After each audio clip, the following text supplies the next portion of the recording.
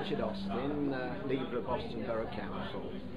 I'm standing in the Boston 200 exhibition, which marks the 200th anniversary of the last time that Boston was significantly flooded.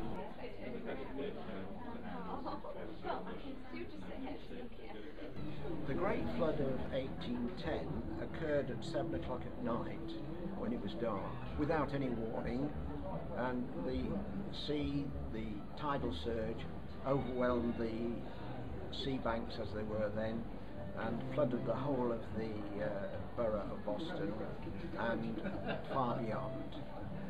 There is some evidence that it went well beyond Spalding towards Stamford. Despite the fact that it was without warning, only 6 people got drowned on land. Many ships were wrecked at sea and sailors were drowned, but it was surprising that even though the water was quite deep in places, only 6 people, we only have records of 6 people being drowned.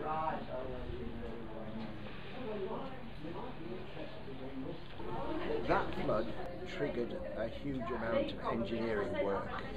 The sea banks were improved and raised, and the river was straightened.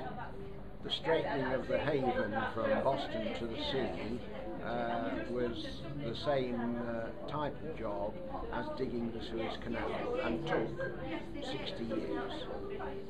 But it did drop the water levels to such an extent that a vast amount of land inland could be drained and and stop. Inland, the work was then able to continue.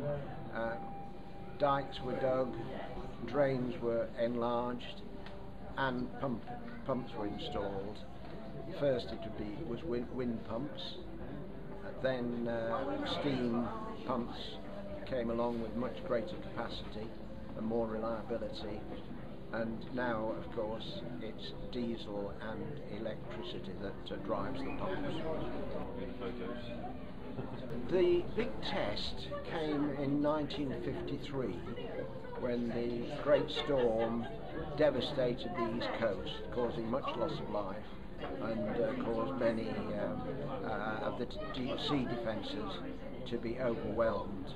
But all the work that had gone on in the Boston area saved it, and there was virtually no significant problem here. Just 1 or 2 minor problems, but no property was seriously damaged.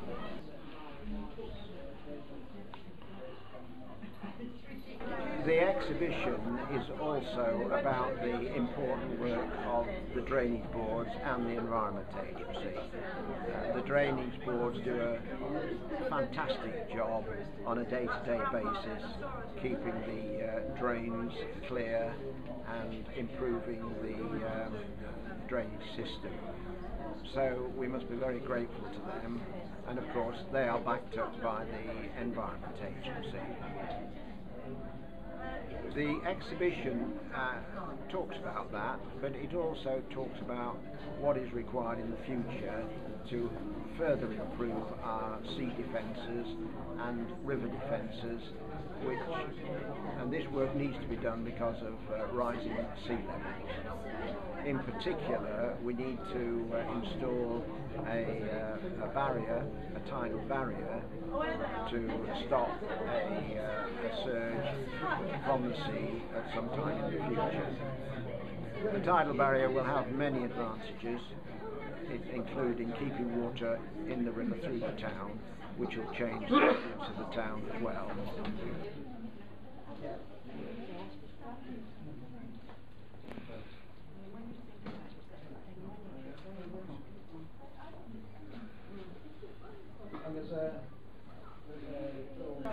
This exhibition has been very successful, and we expect to have something like 1,200 visitors through it over the 4 days that it's been open.